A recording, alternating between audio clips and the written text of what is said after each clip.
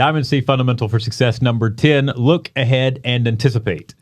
Maintain a vision for the future of your work and your next steps. Solve problems before they happen by anticipating future needs and addressing them in advance. Prepare the way with solutions for growth and success. Preventing issues is always more effective than fixing them. So Edwin, thanks for joining me to discuss this fundamental for just a few minutes. I know that the work that you do in culture and talent, so much of what you guys do is the long game. Requires a lot of looking ahead, anticipating far into the future to plan and prepare and be successful in what you do. So I'm really interested and excited to hear some of your perspective on this fundamental. At Diamond C, years ago, we decided that looking ahead, anticipating had to be a critical part of our culture. If we wanted to build a high-performing culture as a team and individually, for all the individuals here, that we had to be really intentional in cultivating this culture of looking ahead and anticipating as an essential part of growth and success, right? I think you agree. So I want to ask just why would you say that it is an essential part of growth and success, an essential part of growing a team or an organization to success? Yeah, I think looking ahead is very integral for the simple aspect that it allows you to at least know what your end goal is. So Stephen Covey said it best. He said, begin with the end in mind. And the more I thought about that, and I just watched certain things and I watched how people developed. I also thought about like the really good movie directors, how all of them think, what's that brilliant final scene, captivating scene that'll grasp an audience and just be monumental. Yeah. And they begin with that moment first, and then they work their script backwards. For example, in Saving Private Ryan, the first scene is really the end scene because it's the old World War II veteran coming up, and he's looking at the names, and then he starts crying. But then he flashes back to everything that got him up to it, and then it cuts back to the end where it's him, and his eyes are just watery after that. And that was brilliant from Steven Spielberg. And I think from a career development standpoint, it's also great from the sense of if you're chasing a certain title, like I want to be a VP of talent, I want to be a CEO one day. It's easy to walk it back to say, this is where I am now, this is where I want to be. What are the steps that I need to take to actually get there? Because you at least know what it is, that you want to be. Or if your calling is more from a service standpoint, you at least know, hey, whenever my story's written, I want it to be, hey, Edwin served people. So is that, do I become a first responder? Do I become a teacher, a coach? Do I join, the military, or do I dedicate my entire life to missionary? And I think the important thing in that is just you at least have a pathway to doing something. Absolutely. Yeah. Yeah. So use this principle as a way to clear up where you're headed, and then from that vision, that clarity in the end goal, you can almost reverse engineer what are the steps, the next step and the next step and the next step to get there. So absolutely. I love that. So one of the things that intrigues me about this fundamental is how it shows up differently in so many jobs. And you just gave some different examples but here inside of Diamond C, from operations on the floor, welding, powder coating, whatever it is, to the all the different jobs in the office and management and shipping and all the things in between. It shows up very differently from job to job. So how do you know it when you see it? What does it look like to look ahead and anticipate? How do you know it when you see it? Yeah, absolutely. So I will say the best person that I ever saw do it was an old mentor of mine. Her name's Tara Boroff. Shout out to Tara Boroff if she's watching. She was our chief change officer. But before she was that, I actually got to see her as our project manager, and she handled all of our business transformations, whether it was from operations, HR, finance, whatever it was. She handled all those big projects, and that's because she had a knack for saying, "This is our end goal. Is it a 3-year process? Is it a 5-year process? And then where do we need to be at the 4-year mark, 3-year mark, 2-year mark?" And then she took it even one step further, that within the year, she would actually condense it down and say, hey, so we can anticipate certain potential pitfalls. We're going to make these check-ins. She called them gates. And she said, whether it's at 60 or 90 days, we're going to pause. We're going to look at the work we're doing.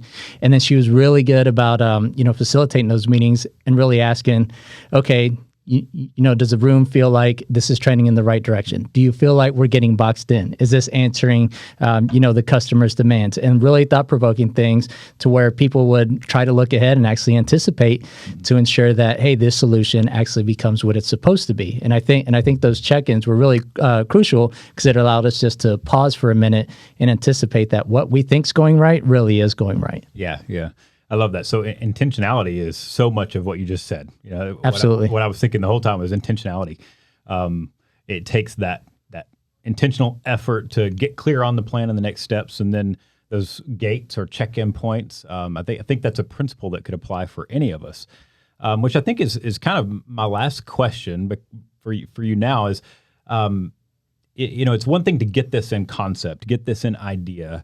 Then when we're in the daily grind and the hustle of the fires of the day and all the things, it can get pretty challenging to be intentional and actually practice this fundamental well. So what's the process for looking ahead and anticipating? Or what's it require of a person to do it well? Yeah, I think a big part of it is just being able to have the knack to be able to look ahead and then again, like walking it back. I was always intrigued by the fact that Napoleon had this great combat record. And I was like, what's so different about Napoleon and all these other generals that went up against them? And it's not only that Napoleon actually looked ahead, is he was very thorough in saying this could also go wrong, this could go wrong, this could go right, this could go right, this could go wrong in the midst of one battle. And he had all these contingency plans in place, and he was always ready to shuffle to the next plan or activate the next thing depending on how the battle was going. That's why he coined the term "no strategy survives contact with the enemy." And I think it's the same way, with the business plans as well. And I had the privilege to listen to Mayor Giuliani speak. It was amazing. I bet. That's cool. And he talked about 9/11, and he said 9/11 happened, and he said he looked around and he looked at his entire administration, and he just said, "We're in uncharted, territory, people." Yeah. But then what he started to notice is all these natural disaster evacuation plans in case if there was like flooding, earthquake, power grid went down. All those things started coming into play, and it actually let them effectively respond to what was going on in 9/11. Mm-hmm. And then to take it even further from a professional development standpoint, it's that if you know whatever your end goal is, that at the end of my day, when my story's written, this is what I want to be. The important thing is you're developing to get to there, because there's certain things along the way that are going to open up that you might be able to capitalize on that you never thought about because you never had exposure to. But the fact that you were you were developing yourself. Right. You had a plan. You were anticipating this is where I want to go, but now you're able to capitalize on all these opportunities. I think that's a great way of being able to look ahead, but also anticipate the things that you need to get done, because eventually it all does come together, for your benefit or for the benefit of a company. Yeah, absolutely. I love that. So you said starting with Napoleon, analyzing all the things that could go wrong to determine his contingency plans, his next steps. I think it's a principle that applies for every job we have and everyone out there listening, and whatever their personal ambition or pursuit is, being intentional to invest that time in recognizing where they want to get to, what their next steps are.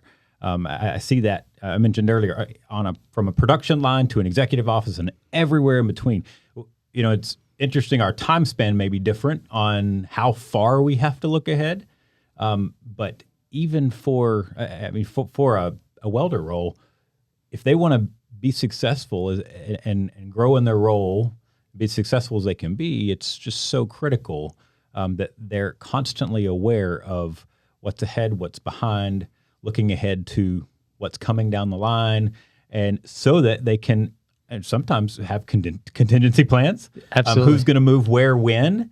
That next trailer that requires another 45 minutes of weld time because of options and configuration, how are they going to manage through that without negatively impacting the total tack time or the flow of the line? So much strategy in that to being successful and high performing for any team. Yep. For any team. Oh, I totally agree. And that comes through the refinement of the plan. It's one thing to say, hey, I want to start a business. Mm-hmm. It's another thing to say, I want to start a manufacturing building business, building trailers. And it's another thing to say, I want to start a business building quality trailers and being able to walk it back, and how everybody actually contributes to that goal, you know, from the welder to the operations manager, all the way to the executive team to you. Absolutely. Absolutely. Makes sense. Thank you so much for your perspective. Valuable stuff for all of our listeners out there, our team members and otherwise. Take his advice, look ahead and anticipate. Figure out what your next, where you're headed, What is your vision for the future of your work? Look ahead and anticipate the vision for the future of your work. And then break that down, reverse engineer it, break that down into what are your next steps? What are your contingency plans? What could go wrong? And if it does, which way are you going to go? And it will absolutely fuel your growth and success individually and with the team that you're on.